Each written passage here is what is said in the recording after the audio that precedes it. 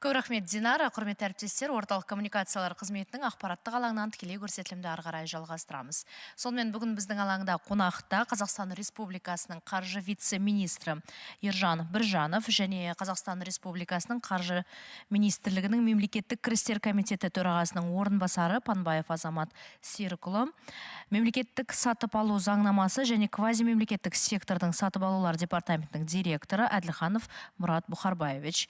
Бүгінгі қозғалатын тақырып мемлекет басшысының жолдауындағы тапсырмаларын іске асыру шаралары туралы болмақ. Құрметті спикерлер, алаңымызға қош келдіңіздер. Ержан Еркұлы, сөз тізгін өзіңізде.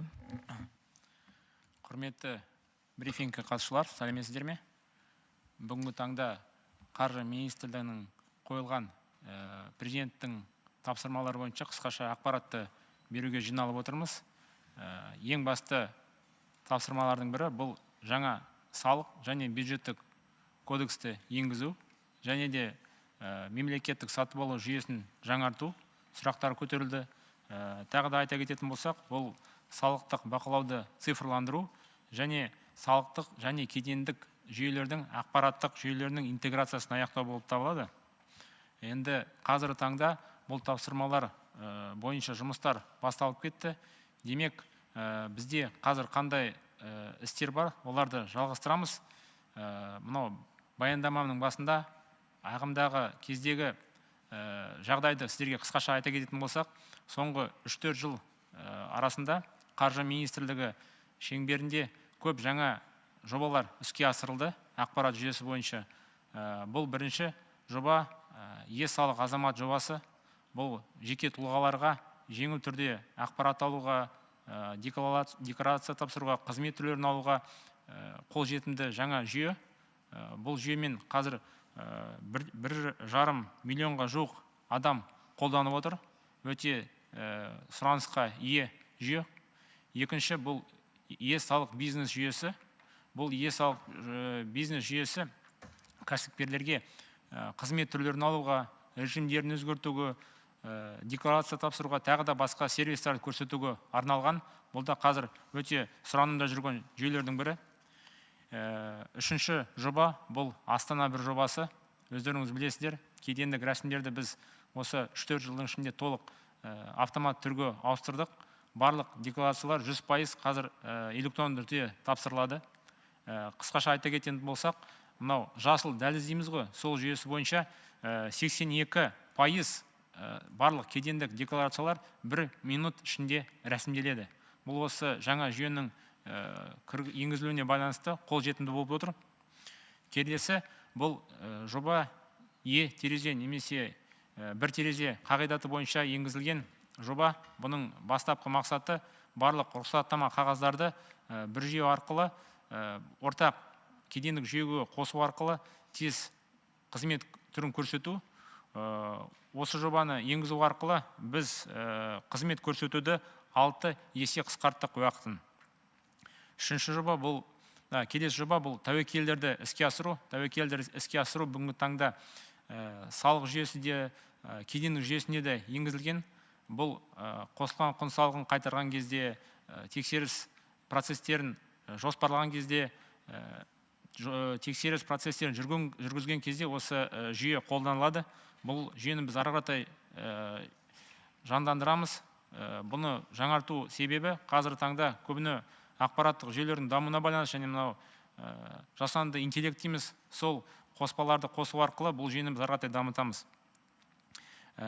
Тағы бір жобаны айта кететін болсақ, бұл бізде барлық тауарлардың шекарадан мынау алатын азаматтың магазин болсын, немесе басқа жерде болатын келісімін барлық түрде бүкіл циклды көру арқылы жүйені тексеру қағидатын кіргіздік.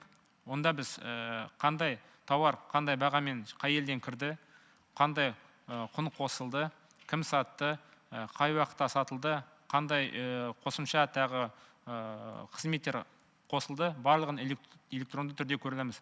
Бұл дегеніміз, біз салық төлеушіге болашақта өзінің мынау нысандарын автомат толтыру үшін қызмет көрсетуге алып келеді деп ойлаймыз. Ондай да жоспарлар бізде бар. Сондықтан болашақта жаңа кодекс дайындаған кезде ондай ұсыныстарды біз жолдайтын боламыз. Но на сегодня есть ряд проблемных моментов, проблемных зон в зоне таможенного, налогового контроля, которые требуют незамедлительного решения. Многие системы, они вводились более 10 лет. Естественно, уровень цифровизации был не такой уж продвинутый, и налогоплательщики не пользовались такими услугами, и на тот момент они были очень актуальными. На сегодня наращивается потенциал как со стороны участников внешнеэкономической деятельности, так и физических лиц.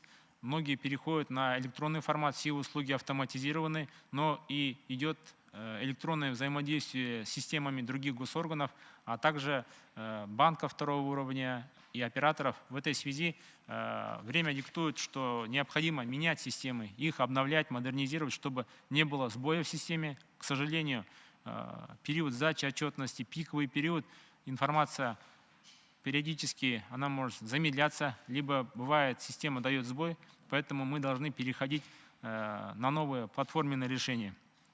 Также хотелось бы сказать, что это касается не только налоговых систем, но и систем таможенного администрирования.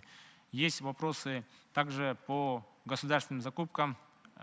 Это процесс у нас полностью автоматизирован, но тем не менее возникают вопросы по обжалованию самого процесса проведения конкурса, на оценку, на реализацию. В этой связи тоже главой государства поставлена задача, чтобы мы эти все предложения учли и внесли изменения в соответствующие законы.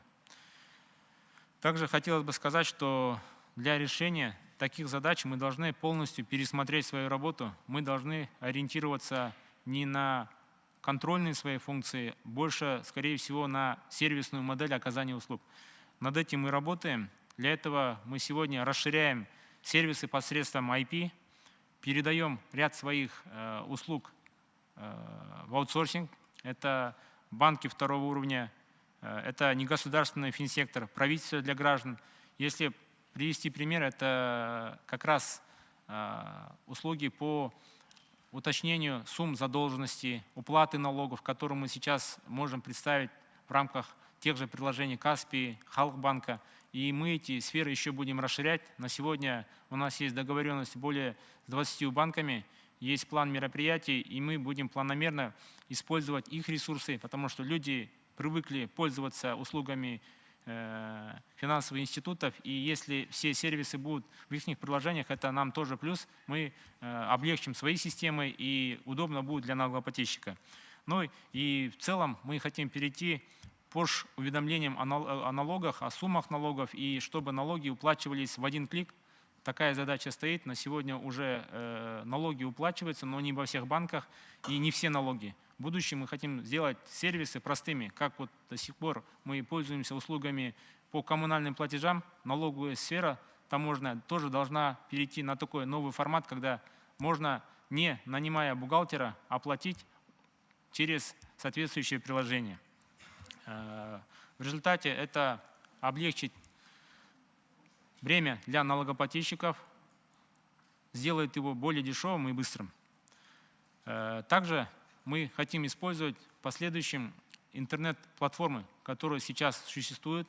Многие свои услуги получают через Вайберис, получают через Яндекс, Глоба и другие сервисы.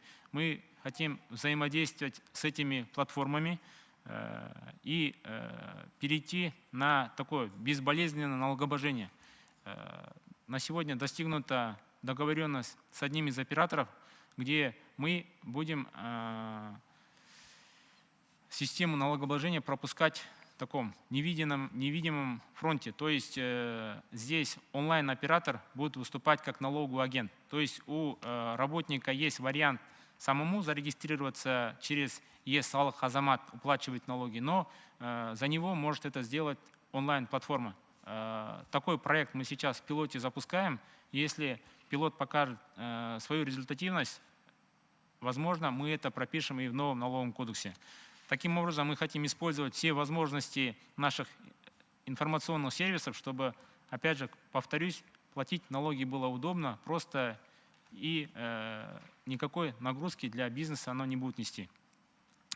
Для уже таких состоявшихся бизнесменов мы хотим внедрять дальнейшие принципы дистанционного контроля. На сегодня в налоговых органах есть вид контроля, так называемый горизонтальный мониторинг. На сегодня данным проектом воспользовались всего 24 налогоплательщика, но это крупные налогоплательщики, которые раскрывают полностью свою информацию. В свою очередь налоговые органы упрощают порядок возврата НДС, упрощают порядок проведения налоговых проверок. То есть чем прозрачнее бизнес, тем проще его администрирование. Мы хотим сделать уже новую версию, не только для крупного бизнеса, но и для среднего и малого бизнеса. Сейчас проводится у нас ряд консультаций, переговоры. Будем над этим работать, чтобы уже использовать таких посредников, такие системы, чтобы мы могли не ходить к бизнесу на проверки, доначислять ему огромные штрафы и пени, а чтобы эта услуга была в такой онлайн-формате, мы выставляем уведомление, налогоплательщики согласны, либо заключение, он подтверждает свою подпись. Но это планы на будущее, но мы сейчас уже над этим работаем. Также хотел бы сказать, что мы в рамках нового налогового кодекса будем менять ставки налогов в части дифференциации по видам деятельности налогоплательщика, по размеру.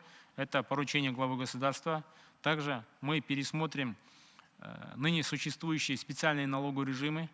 Необходимо внедрять новые виды режимов, которые не позволяют дробиться бизнесу.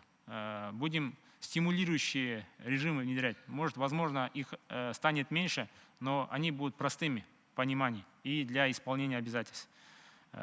Все эти работы мы будем проводить вместе с экспертами, с рабочей группы. На сегодня идет работа над подготовкой концепции новой налоговой политики до 2030 года, и она ляжет в основу нового налогового кодекса.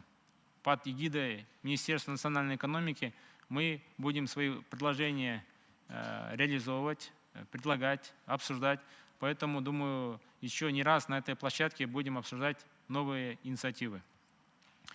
По таможенному администрированию хотел бы сказать, что мы сегодня внедряем элементы искусственного интеллекта. Это как раз контроль на границе. Допустим, у нас есть ИДК, инспекционно-досмотровые комплексы, рентген-аппараты. На сегодня эти снимки разбирает человек, который находится на границе. Но уже мир не стоит на месте, внедряются новые программы. То есть уже программа сама определяет, что в грузовике есть. Это мебель, либо это продукты питания. И там погрешность, ошибка, субъективизм практически исключается. Чем больше таких программ мы будем внедрять, тем меньше у нас будет коррупции на границе, меньше расхождений взаимной торговли. Мы к этому идем. Кроме комплексов инспекционных, данные новшества будут касаться и аудио-видео съемок, которые проводятся при досмотрах на границе. То есть эти съемки будут смотреть не инспектор в ситуационном центре где-то в Астане, а это будет разбирать программный продукт. Такие программные продукты на сегодня есть, и это наши планы, которые мы должны реализовать уже сейчас, но работа уже ведется, мы уже на следующий год первые результаты, думаю, увидим. Кроме того, нам важно, чтобы при таможенном оформлении мы заранее получали информацию. На сегодня с нашими соседями есть договоренность, есть соглашение, и мы получаем уже предварительную информацию, прединфо, так называемый проект. С китайской стороной, с узбекской стороной мы получаем эту информацию. Что это нам дает? Мы знаем, когда уже граница подъезжает грузовик, его весовые параметры, наименование продуктов, кто отправитель, сумма, все данные мы видим, и уже это является основанием для уже предзаполнение таможенной декларации и быстрой его очистки. И мы предварительный анализ возможных занижений стоимости, либо замены каких-то наименований товаров можем выявить раньше, чем грузовик сам может подъехать, потому что у нас работает так называемая система управления рисками, которая позволяет категорировать этих налогоплательщиков. Эти системы уже работают и дальше будут развиваться. Это по таможенному администрированию. Но немаловажно, чтобы это все работало, одним из факторов является модернизация таможенных пунктов. На сегодня начата большая работа по 9 нашим пунктам. Это граница с нашими странами, это Узбекистан, Китай, где мы модернизируем 9 автомобильных и 1 железнодорожный пункт. Это позволит нам, как фискалам, провести такой более интегрированный контроль, но самое главное, это позволит нам увеличить наш транспортный логистический потенциал. Пропускная способность увеличится, и тем самым Казахстан станет такой страной, где границы можно проходить легко, тем более сейчас дороги улучшаются, строятся такие магистрали. В любом случае, вот Западный Китай, дорога, она сделана, и она считается такой более выгодной, быстрой, и Казахстан будет использоваться как раз для транзитного потенциала. Для этого модернизируются наши таможенные пункты. Дополнительным проектом по таможне является создание ситуационного центра и главного диспетчерского управления.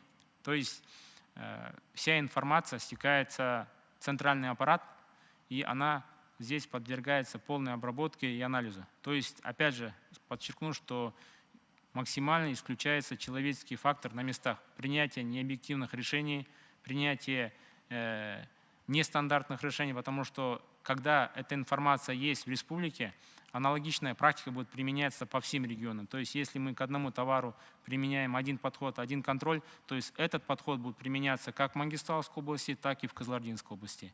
Эти подходы у нас уже внедряются, и этот центр уже сегодня создан. Так, дополнительно хочу сказать, что есть переход на новые информсистемы. Как я говорил, проблема, то, что наши системы, кабинет налогоплательщика, система обработки налоговых отчетности, она была внедрена лет 10-11 тому назад. Она показала свою эффективность, работала, все хорошо, но поток информации увеличивается, новые проекты внедряются, поэтому взамен существующих 7 системам будет внедряться интегрированная налоговая информационная система. Это буквально до конца текущего года планируется в пилоте внедрить. На следующий год будут его испытания и промышленная эксплуатация. Кроме того, вторая система – это интегрированная база данных, которая позволит собрать все эти данные и взаимодействовать с внешними источниками и с другими государственными органами. Это касается налогового таможенного администрирования. Что касается закона о государственных закупках, вы знаете, что с 1 июля мы приняли новый закон, в котором постарались учесть все недочеты, но тем не менее есть нарекания с контролирующих госорганов, нарекания с бизнеса. В этой связи, опять же, сейчас собирается ряд предложений, создана рабочая группа, и одной из основных задач является это приоритет качества над минимальной ценой. Это вот основной приоритет нового законодательства, он будет реализован. Сейчас группа ребят уже работает. Также повышение качества закупаемых товаров, упрощение процедур. Ну и один из таких направлений по госзакупкам – это уменьшение пунктов по приобретению с одного источника. Исключительных случаях, когда приобретаются услуги у монополиста, либо от подведомственной организации, либо это есть права, интеллектуальные права. Да, в этих случаях в любом случае мы на ноль не сведем, но будем максимально снижать долю одного источника. Эта задача стоит. Также мы в рамках бюджетного кодекса будем упрощать процедуры, также предельные параметры бюджетной политики будем определять. Также поставлена задача до использования неосвоенных средств.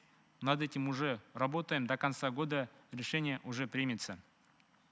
В рамках Министерства финансов создается система по прослеживаемости эффективности выданных преференций, льгот. Для этого делается система при интегрированной системе Е-Минфин, которая позволяет оценивать как доходную часть бюджета, так и расходную часть, также спускаться на микроуровень предприятий, которые пользуются этими льготами, как бы они моделируются таким образом, как бы они могли вести свою деятельность без льгот или с льготами, и есть ли экономический эффект от выданных преференций.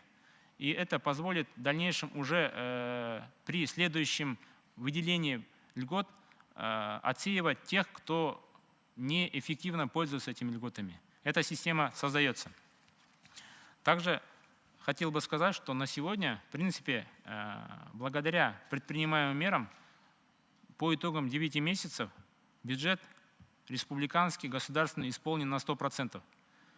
Но по сравнению с прошлым годом республиканский бюджет у нас вырос, исполнение его выросло на 46%. Это очень значительная сумма, и это благодаря предпринимаемым мерам и внедряемым новым информационным системам. Это вот как раз электронный счет фактуры, прослеживаемость товаров, камеральный контроль. И эту работу мы будем дальше модернизировать. Но хотел бы вас заверить, что цель – это не затягивание мер администрирования, а создание условий.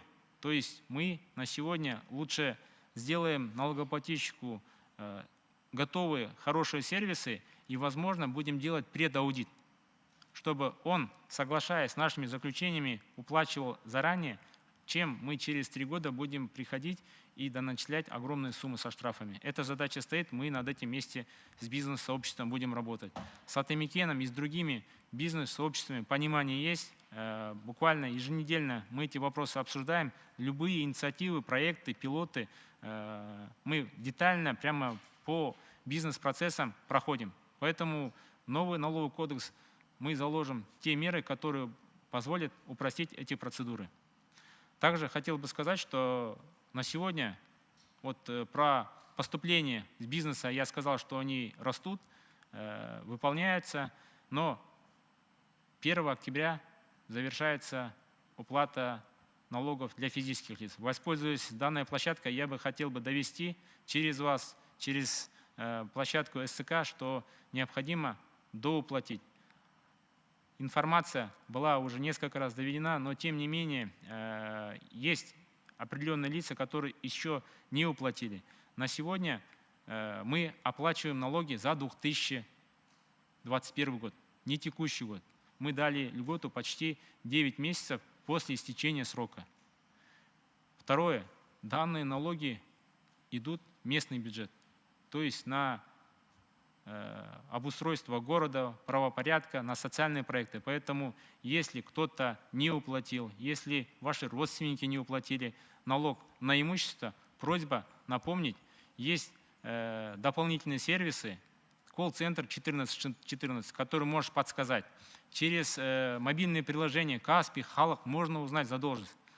Пожалуйста, уплатите налоги до 1 октября. Спасибо. Если есть вопросы, готов ответить. Рахмет.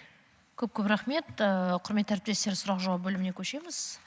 Алғашқы сұрақты қойғым келіп отыр. Президенттің қыркүйек айындағы жолдауында айтылған белгілі бір жағдайларда игерілмей қалған бюджет қаражатын келесі жылға қалдыру мүмкіндігін қамтамасыз ету бөлігіндегі тапсырмасын орындау бойынша қандай шаралар қабылданып жатыр?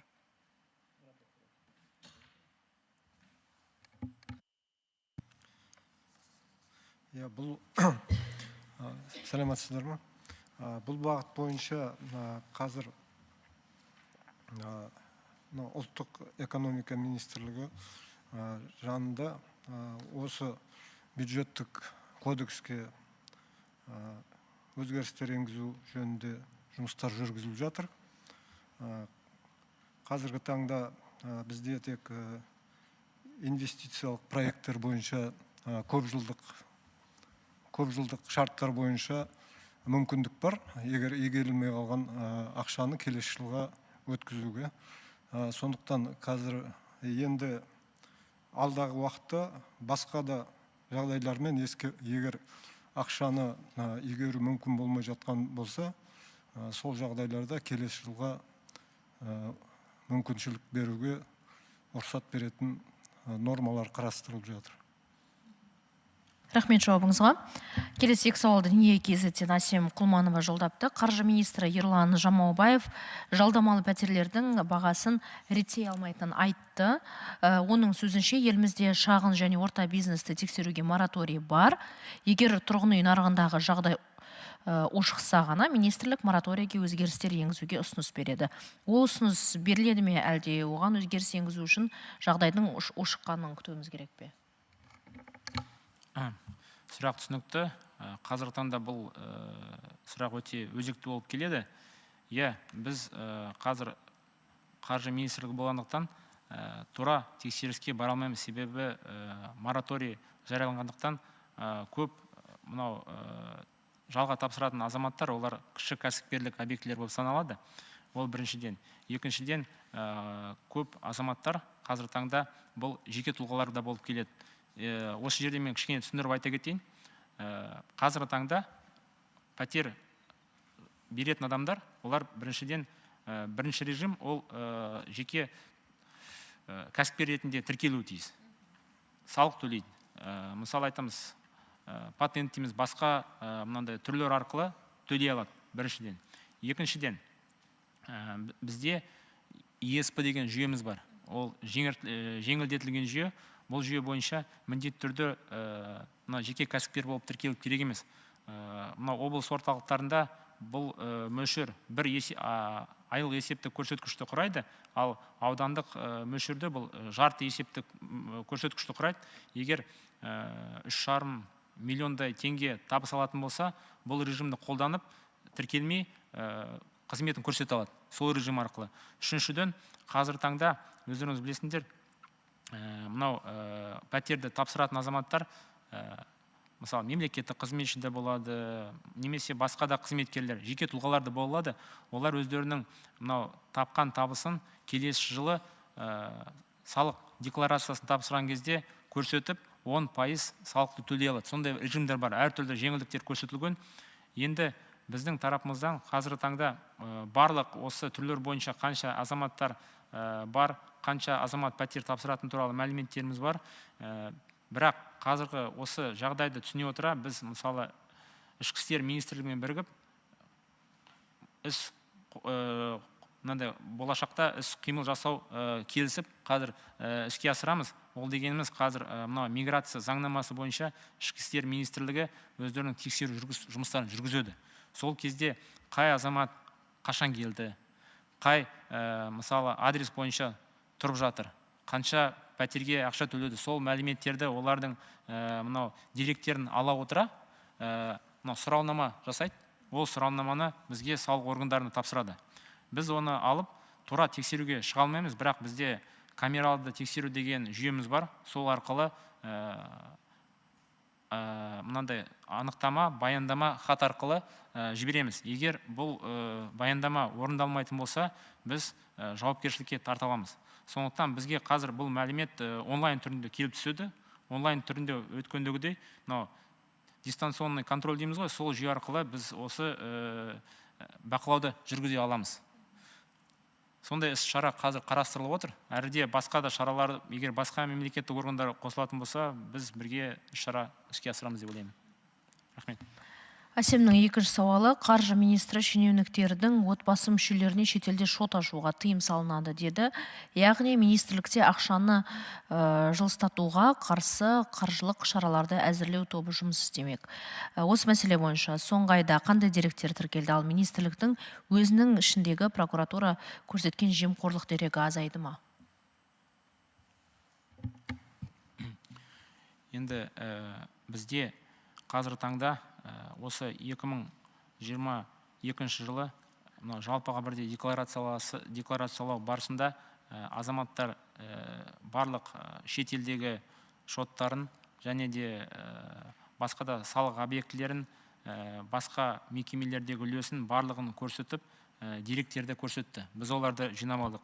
Енді бұл бірыңғай декларациялау кезең-кезеңмен 2025 жылға дейін созылады. Екінші жылы мысалы квази сектор, басқа да секторлар қосылып, біз барлық қазақстандықтардың қай жерде қандай мүлкі барын көріп, келесі жылы қай жерде қандай табыс қосылған жайлы мәлімет аламыз.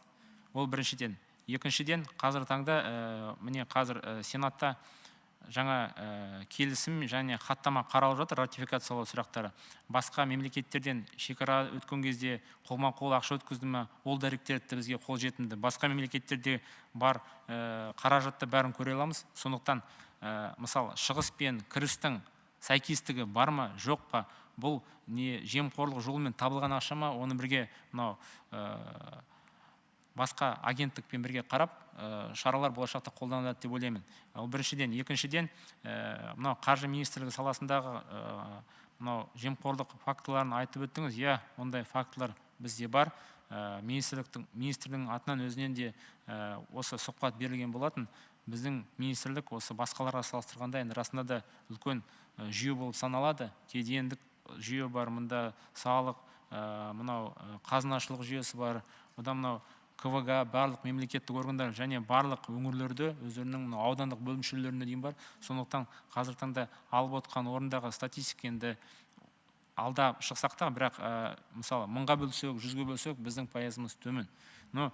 Демек, бірақ оған қарамастан біз жүйелі түрде жұмыс жүргізіп жатырмыз. Іште бұл жемқорлықпен жұмыс істеудің жолы тек қана мысалы түсіндіру жұмыстары ғана емес. Осы жаңа жоғарыда айтып өткен шаралар бұл адамның мынандай субъективті шешімін қабылдауды мысалы жүйеге ауыстыру. Бұл автоматтандыру біріншіден. Екіншіден, оларды ішкі аудит жүйесімен талқылау. Тағы да адамдар аудиторлар тексермей, оларды жүйеде, егер мысалы біздің шекарадағы инспекторымыз басқаларға қарағанда іс-қимыл өзгеше болса, ол бізге тексеріске итермелеп, біз оны тексеруіміз тиіс. Сондықтан біз осы жүйелерді іске асырсақ, жемқорлық азайып, жұмысымыз тазарады деп ойлаймын. Рахмет. 31-ші арна, Динара Нургалиева.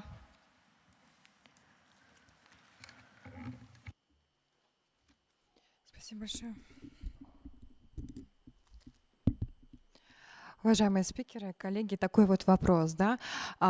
ЦИК запросил средства на проведение выборов. Подтвердили ли заявку, сколько, когда, кому и как? Ответьте, пожалуйста. Рұқсат болса, екі тілде. Жақсы. Қысқаша айта кететін болсақ, бұл туралда министрдің тарапынан жауап болған болатын. На русском ответить. В целом, на проведение выборов предусмотрено 20,5 миллиардов тенге. Данная сумма уже подтверждена. С резерва правительства деньги выделяются.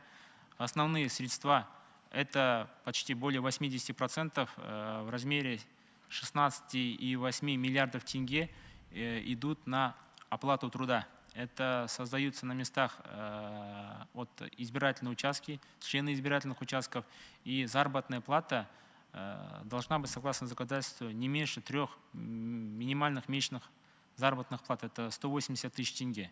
Я еще раз повторюсь, это большая часть, это на оплату труда. Естественно, на подготовку бюллетеней, связь, транспорт, это накладывает свою нагрузку, и с этим связывается сумма 20,5 миллиардов тенге. Деньги будут предназначены в основном Центральной избирательной комиссии, и часть денег, это, если не ошибаюсь, будут направлены на Министерство иностранных дел. Уточняющий вопрос. Когда эти деньги получит ЦИК? Я повторюсь, уже решение принято. Буквально эти средства, они проходят через упрощенный порядок, через резерв правительства. Буквально на днях должно приняться постановление правительства. Уже сам механизм, как, что, уже определен, поэтому уже работа начата. Спасибо. Второй вопрос. Рынок арендного жилья в стране правительство считает его теневым. Как такового нет информации, да, конкретного, сколько людей занимается подобного рода бизнесом, сколько из них вот уплачивает налоги, если у вас такая информация на сегодняшний день. Понятное дело то, что есть мораторий, нельзя, например, вот по объявлениям делать подомовой обход, тук-тук, а ты заплатил налоги, да, как говорится. Есть ли у вас статистика какая-либо вот людей в Казахстане, которые занимаются вот этим вот бизнесом и платят налоги? Спасибо за вопрос. Я вот повторюсь, чтобы сдать в аренду жилье, существует несколько вариантов, несколько опций. Первая опция – это зарегистрироваться как индивидуальный предприниматель. Таких индивидуальных предпринимателей на сегодня более 84 тысяч по стране, которые сдают через упрощенную декларацию и патент. Второй режим – это уплата через единый совокупный платеж. Здесь нет необходимости регистрироваться в качестве индивидуального предпринимателя. Единственное требование, чтобы он до начала месяца, отчетного месяца, заплатил 1 МРП. Если он сдает квартиру в областном центре, в крупных городах, а если это районный уровень, это 0,5 МРП. Таких лиц более 120 тысяч, которые сдают, пользуются таким режимом. Следующая опция… Извините, 120 тысяч человек, которые сдают квартиры и платят за это налог? Платят единый совокупный платеж. Первая опция была это через отражение декларации, через упрощенную декларацию и патент. Но как раз я могу дополнить, что с учетом того, что во время пандемии принято было решение, что данная категория освобождается от налогообложения, сегодня на протяжении 3 лет они 100% пользуются льготами, не уплачивают. Но со следующего года они должны уплачивать налоги. Вы говорите про всех индивидуальных предпринимателей. Индивидуально это как раз применяющий специальный налоговый режим упрощенка и патенты. Сколько вот нету такого коэффициента, я не знаю, 80, я вам сказал, около 84 тысяч, более 80 тысяч было, где-то 84 тысячи, которые именно сдают в аренду жилье, квартиру. Именно пользуются режимом, специальным налоговым режимом упрощенной декларации и патента. И третья опция – это физические лица, это могут быть и военнослужащие, это государственные служащие, когда их доход, вот сдача от аренды, приравнивается к имущественному доходу, и он может декларировать этот доход по истечению года, следующий год, и уплачивать 10% от полученного от аренды сумм. Допустим, если он сдал в течение года на 2 миллиона, он указывает в декларации эту сумму и уплачивает 200 тысяч налогов. Таких, которые отразили по итогам 2021 года, около 2000 человек, физических лиц, которые указали через декларацию, ежегодную декларацию. Такая статистика, но хотел бы вам сказать, что в протяжении текущего года в связи с мораторием мы проверки, как вы указали, не делали. Но сейчас есть договоренности с Министерством внутренних дел, что в рамках проверки миграционного законодательства, да, вот кто прибывает в Казахстан, они получают все данные. То есть кто прибыл, в какую квартиру, кто владелец этой квартиры, какая сумма аренды. И мы эти данные получаем на региональном уровне и передаем наши департаменты госдоходов по областям, которые эту информацию обрабатывают и в дальнейшем в рамках камерального контроля выставляют уведомления либо извещения лицам, что они получили доход, либо получают доход, и им необходимо задекларировать данные суммы и уплатить налоги. Можно еще один уточняющий вопрос? Миграция стала, нельзя назвать эту ситуацию проблемой, она вызвала некоторые затруднения. Да? Кто-то считает, что это плюс экономики, кто-то считает, что это вообще в целом критичная ситуация в стране может быть по опыту Европы, да, европейских коллег, потому что Европа сама принимала мигрантов, за счет госсредств содержала этих мигрантов, и в странах Европы повышались налоги.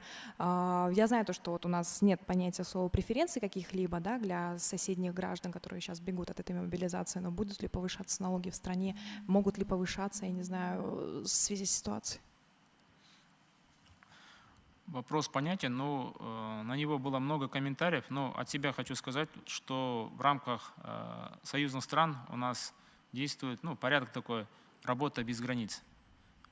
Вот пребывающие здесь, они также, как наравне с казахстанцами, могут трудоустроиться.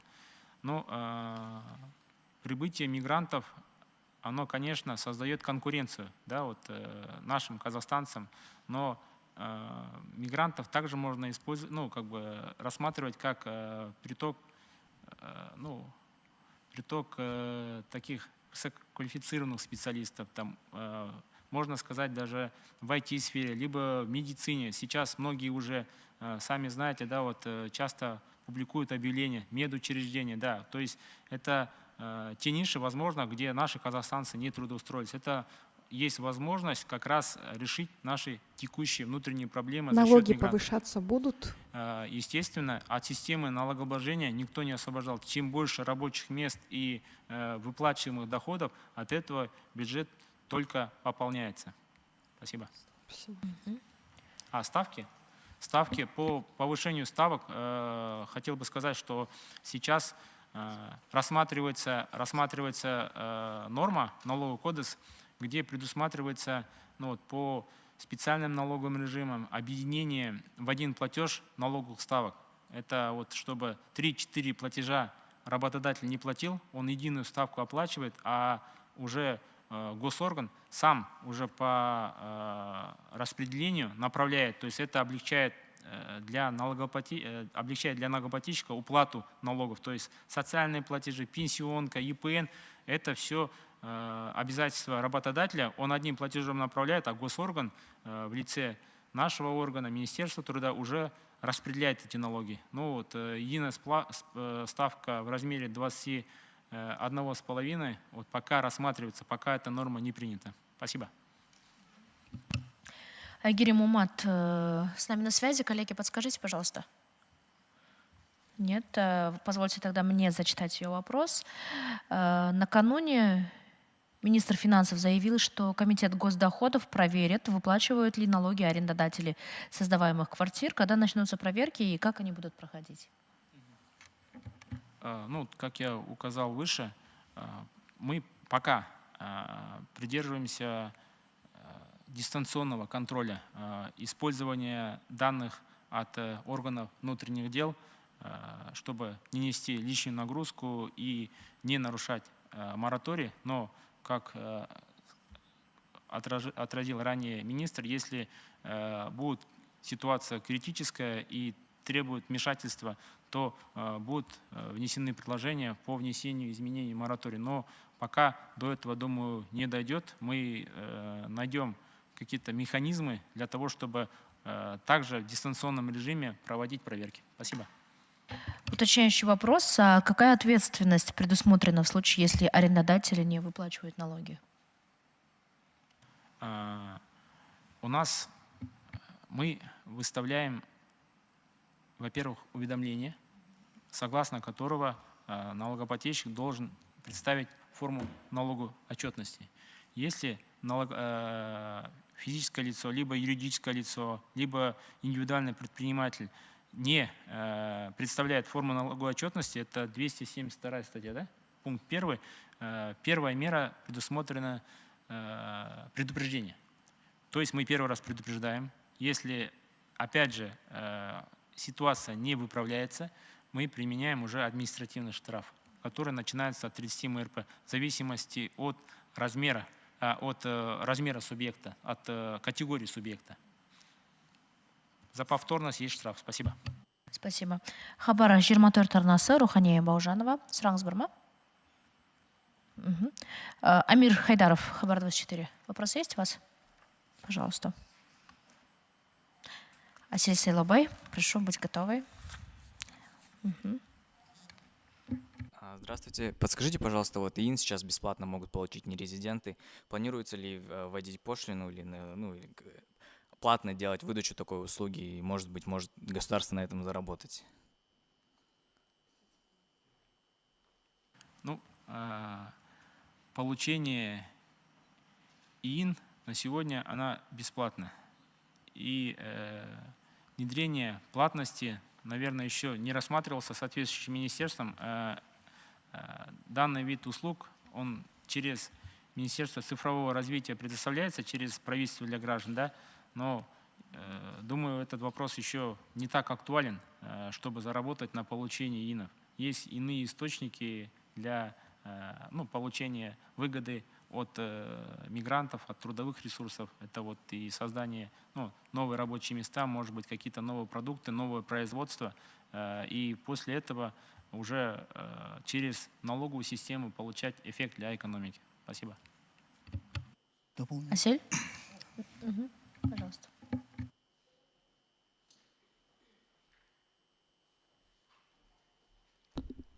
Здравствуйте. Сейчас вы озвучили о том, что вот внесены изменения и дополнения в закон о государственных закупках. Да? Вот ваш орган в качестве какого субъекта, объекта, вернее, организации, которая как-то может влиять на этот закон, какие действия вот с вашей стороны? Вот я, например, задавала несколько раз вопросы по поводу этого закона, и все говорили, что в его некомпетентности, в его ошибках, в том, что очень много что много очень кидалово в закупках, о том, что акиматы страдают именно из-за этого закона, все акимы ссылались именно на ваш орган. Почему все эти годы,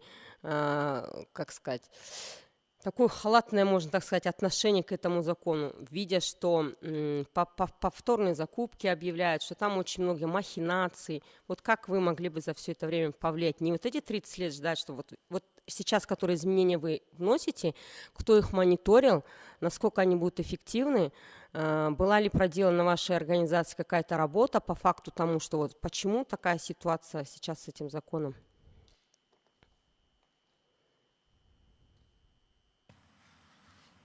Қазақша ма, орысша жауап беремін? Без разницы. Дело в том, что законодательство о госзакупках, как вы знаете, каждый год, почти каждый год обновляется. В этом году, буквально в начале года, внесли изменения. Поправки коснулись внедрения новых способов закупок, как раз таки, чтобы ограничить человеческое участие. То есть мы внедрили такой способ конкурса, как рейтинговая бальная система, чтобы конкурсной комиссии вообще не было. И этот способ мы сейчас начали применять только с 1 июля в таких отраслях, как строительство и проектирование. Да, вы правы в том, что мы часто вносим изменения, но это потребность времени, наверное. И нельзя говорить, что наш закон такой некачественный. И сами же местные исполнительные органы, о которых вы говорите, что они критикуют, да? Они же тоже в этом процессе участвуют при разработке закона, при разработке нормативных правовых актов. Мы обязательно привлекаем. Вот на сегодняшний день во исполнение поручения главы государства, которые даны 1 сентября, мы планируем разработать буквально новый закон. В целом пересмотреть все наши ошибки, все, что положительные наработки, которые были до сегодняшнего дня, их развить. И, соответственно, составили сейчас рабочую группу. В эту рабочую группу мы включили всех представителей местных исполнительных органов, бизнеса, также от международных организаций попросили консультантов. Они тоже включились в эту работу. Теперь вот у нас началась работа по сбору от них предложений. Соответственно, будем дальше работать. Мы открыты для того, чтобы принять все конструктивные Можно журналистам предложения. поучаствовать в этой разработке? У нас ограничений нету. Можно, да? Спасибо. Смотрите, еще такой момент дополнительный к моему вопросу. Есть такой пункт, обязательно наличие тех спецификаций, да, вот их разрабатывает непосредственно заказчик, да. В данном случае вот акимат, такой момент добавлю, что есть несколько видео, где акиматы грешат на вас, и когда мы попросили их сказать, почему вы не сообщите об этих недостатках в министерство, они сказали, вы начните, говорят, а мы продолжим. Вот, то есть, судя с их слов, они никакого участия там не принимают. Кому верить? Вот, смотрите, в тех спецификации, получается, для примера, Алматинский районный акимат объявил госзакуп на 3 миллиарда тенге на полив и озеленение. В самой этой спецификации не указано, какая территория, где, в какие часы они должны это делать, да, только указано наличие оборудования и количество человек. То есть, получается, сейчас проконтролировать, либо затребовать с данной организации что-либо с победителя практически невозможно. Когда мы делаем запрос, спрашиваем там график и так далее. То есть, получается, 3 миллиарда тенге уходят непонятно куда, потому что в тех спецификациях нет конкретного ни графика, ничего.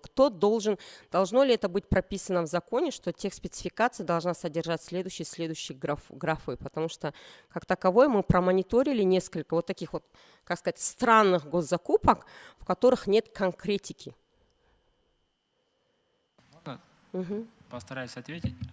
Ну, вы уже на этап самих закупок здесь перешли, да? Почему такая закупка и почему такое... Нет, я прошу прощения, тех спецификация есть, вот в законе я просмотрела, там есть, да, в общем, но должно ли быть там указано такой момент, что четко прям должно быть прописано? Не вот так пространственно, воздушно, это же не копейки. Ну вот, правильно, сумма значительная, объем работы размыто написан, но здесь же процедура исполнения, она не начинается, проведение конкурса, да, она начинается с этапа планирования.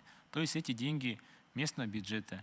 Маслихат, когда рассматривает план работ, он должен, ну, на местах же, депутаты маслихата, они же как раз формируют бюджет, рассматривают бюджет. В рамках него при детальном планировании они должны были посмотреть, сумма какая, адекватность ее, какие условия есть, сравнить его с прошлым годом. То есть там я знаю, что большинство своем бизнес-сообщества участвуют, да, то есть и другие эксперты участвуют. То есть они на этапе планирования должны были этими вопросами задаться, то есть при принятии этого бюджета. Теперь при исполнении, ну, условно, тех спецификаций, которая была бы универсальной для акимата Алматинского района города Астаны и для, условно, Курмангазинского района Атырауской области, оно не может быть. То есть сколько особенностей региона с учетом климатических условий, да, погодных, там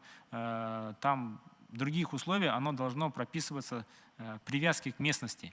То есть для этого и есть возможность на местном уровне более детально это прописать. Если они не прописали, конечно, большой вопрос. Но в рамках уже процедур закупок комитет внутреннего госаудита в этот процесс через камеральный контроль может вмешаться и эти вопросы задать, то есть пересмотреть итоги. Но это уже когда идет сам процесс.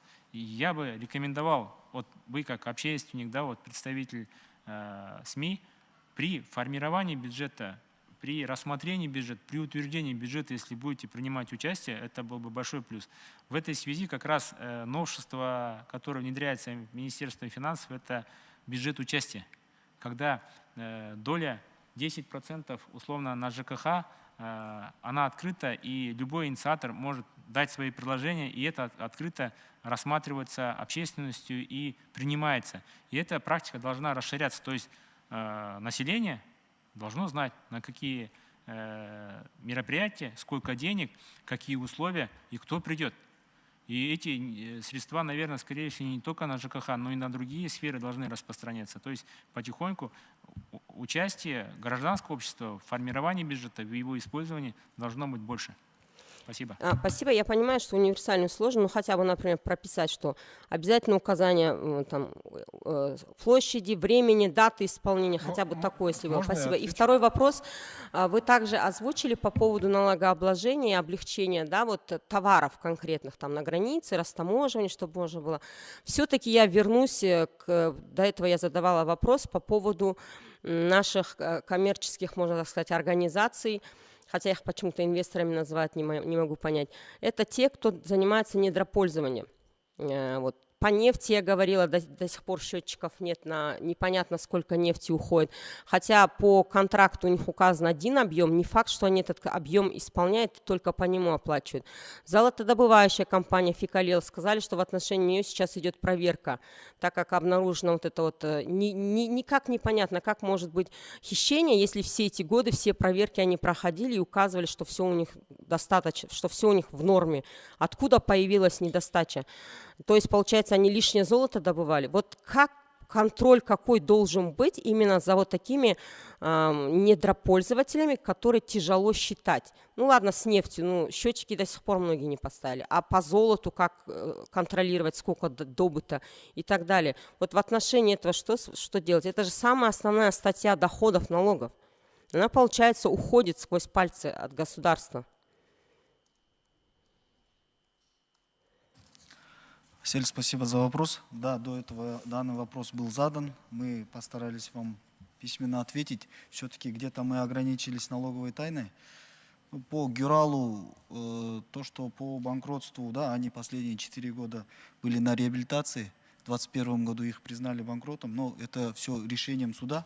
Но здесь хотелось бы отметить, что в соответствии с законом о банкротстве управляющий может подать материалы в правоохранительные органы. Здесь больше компетенция правоохранительных органов. Можно уточню? Гюраль объявлен банкротом в 2019 году, но у них за первый квартал 2022 года выплачены налоги. Они 28 октября 2021 года объявлены банкротами. Хорошо, я, наверное, обращусь к вам отдельно, так как у меня судебное решение 2019 года. И прошу прощения. Хорошо. По Фикалелу, ну, вы сами отметили, что идет проверка, она еще не завершена. Параллельно идет уголовное расследование. Все материалы уголовного расследования будут применены в рамках налоговой проверки, и все суммы, да, начислены. А в отношении, как дальше контролировать? Ну, контроль добычи, все-таки он за уполномоченными органами. Здесь Министерство энергетики и Министерство... Только к ним, да, никак да, не к вам? Да. Спасибо. Рахмет. Серік Сілеубайұлы, Қазақстан ұлттық арнасы, сұрағыңыз бар ма?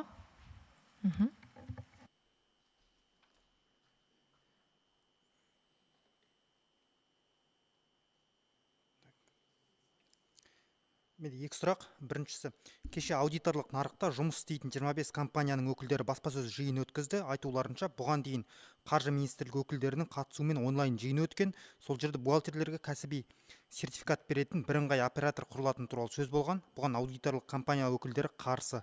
Олар бұл бәсекелестікті арттырмайды, жемқорлыққа жол беріледі. 1000-нан астам адам жұмыссыз қалады деп отыр. Осыған байланысты министрліктің позициясы қандай? Бұл мәселе бойынша сондай ұсыныстар көтерілген. Алайда ол жаңағы министрліктің өзі бір өзі шешетін мәселе емес, ол консультативтік орган бар бухгалтерлердің министрліктің жанында. Бүгін осы уақытта қазір сол консультативтік кеңестік орган осы мәселені сол бухгалтерлермен бірге талқылап жатыр. Аудиторлық кеңестің адамдарын мүмкін тарту керек шығар. Аудиторлық кеңес деген негізі бұл жерде негізі шатысып тұрсыз. Аудиторлық кеңес, аудиторлардың жұмысы негізі аудитор туралы заңмен реттеледі, а бухгалтерлердің жұмысы бухгалтерлік есеп туралы заңмен реттеледі.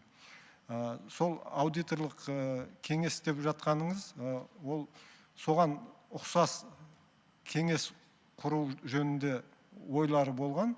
Енді сол мәселені бухгалтерлермен бірге талқылап жатыр. Оны министрліктің өзі ешқашан жаңағы бір жақты шешім қабылдамайды.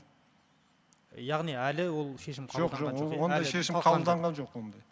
Оны әлі талқылап жатыр. Бүгін мысалы сол кеңес өткізіліп жатыр, сол жерде талқыланады. Жақсы, екінші сұрағым кішкене ұзақтау сұрақ.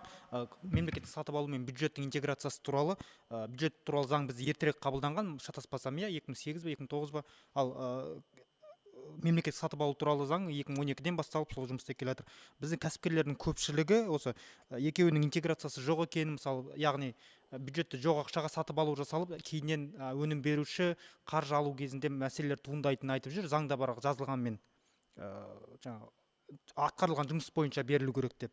Сол бойынша шешімдер қандай болып жатыр? Содан кейін президентіміз мемлекеттік сатып алу мен квази мемлекеттік сатып алуды бір платформаға көшіреміз деп көшіру туралы тапсырма берді жолдауында. Одан кейін бұл тек қана платформаға көше ме, жоқ заң нормалары, жаңа нормативтері де бір норматив болады ма? Сұрағыңызға рахмет. Негізі бюджеттік заңнаманы алатын болсақ, мынау біздің сатып алу туралы заңда сол бюджеттік заңнаманың бір құрамдас бөлігі болып табылады ғой. Өйткені бюджеттік заңнама дегеніміз ол жоспарлаудан басталып, ақша бөлу процесінің және бөлінген ақшаны ары қарай жаңағы өнім берушілер, өнім жеткізушілерге төлеу жағын реттеп отырады. Ал мынау мемлекеттік сатып алу туралы заңымыз бұл болса, сол өнім берушіні таңдап алу процесін реттейді. Сондықтан бұлар жаңағы сәйкес әрқашан тұспа-тұс жүреді.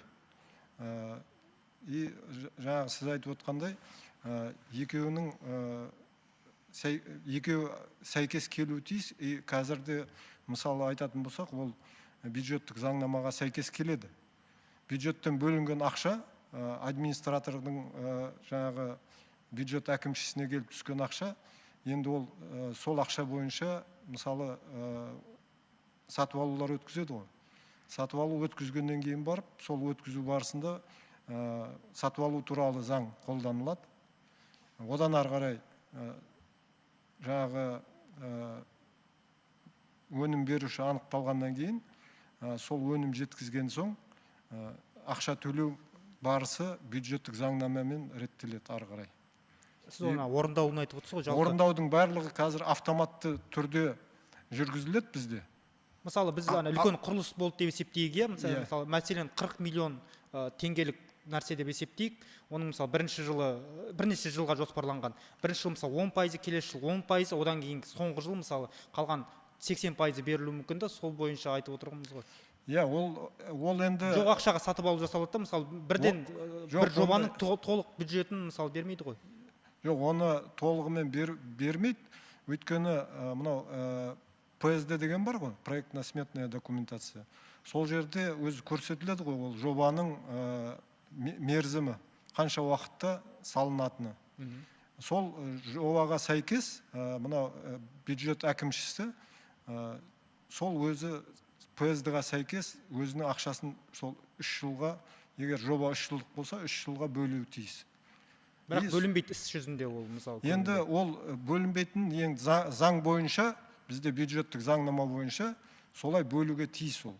Солай игеру керек. Өйткені жаңағы ПСД-ның сроғы бар ғой бізде. Заң бойынша 3 жылға дейін, 3 жылдан кейін ол ескіріп кетеді. Сондықтан сол 3 жылдың ішінде тиімді пайдалану керек.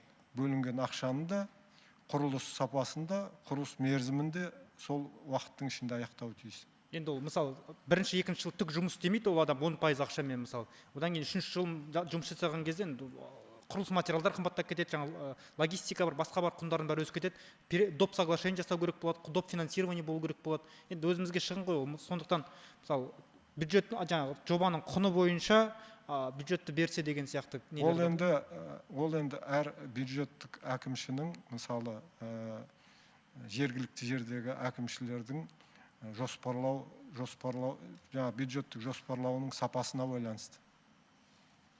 Соған назар аудару керек.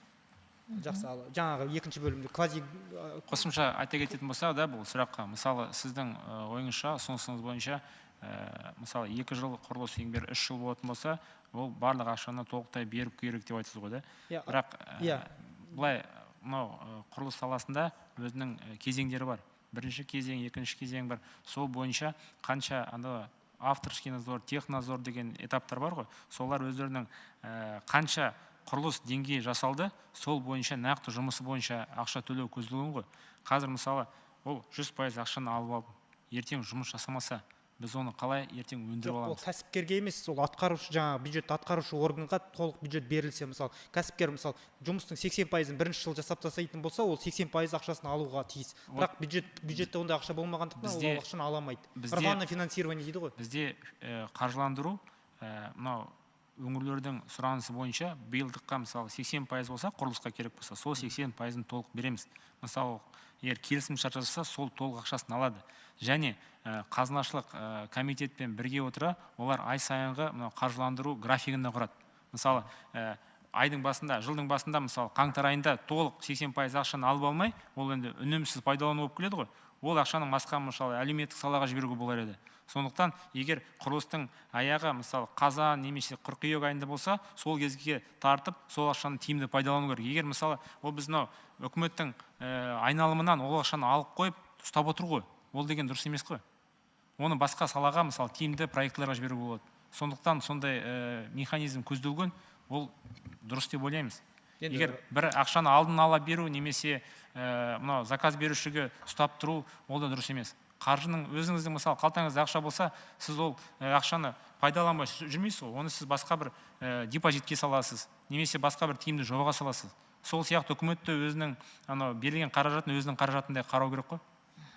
Рахмет. Рахмет, Серік мырза. Басқа сұрақтарыңыз болса, баспасөз мәслихатынан кейін қойсаңыз, өйткені бізде уақыт, сіз регламенттен тыс асып кеттіңіз. Ренжімесеңіз. Екіншіне сұрақтың екінші бөлімі бар еді, квази мемлекеттік сектормен екеуінің платформасын біріктіру бойынша жасар ғой. Бұл тек қана квази платформа ғана қосыла ма, жоқ заңнамаларға да біріктіріле ма? Жоқ, мынау қазіргі бірінші этапта сол бір платформаға өткізу көзделіп отыр қазір. Ол 24-ші жылға аяқталу тиіс бізде. Өйткені ол күрделі процесс қой, жаңағы информациялық системаларды қайта жасау керек болады. Сондықтан ол заңнама бойынша ол мәселе де қарастырылады. Сол біз 25-ші жылға жоспарлап отыр. Ол біріктіру немесе біріктірмеу мәселесін. Өйткені әр саланың өзінің спецификасы бар ғой, квазигоссектордың. Жақсы, рахмет. Дәурен Ерболатов, Халық үні. Саламатсыздар, Дәурен Ерболатов, Халық үні. Сіздерге бір сұрағым бар еді. Мына жерде байлық салығы туралы, сән салтанат салығы дейді, байлық салығы дейді. Бұл 2000 қаржы министрі Ерлан Жамаубаевтың айтуынша 24-ші жылдан басталады деді. Бірақ сіздерден сұрайын дегенім, сіздерде салық нақты кімдерге салынады? Өйткені бұл жерде түсінік әртүрлі болып жатыр да, мысалы, экономика министрі Қуантаров айтады, көліктің түріне салынбайды дейді. Кейбіреулер айтады, бірнеше пәтері бар адамдарға салынады дейді. Сіздерде қандай жалпы ұстаным бар ма? Байлық салығы кімдерге салынады? Сұрағыңызға рахмет. Өзіңізде дұрыс айта кеттіңіз. Бұл тапсырма бірінші қыркүйекте берілген болатын.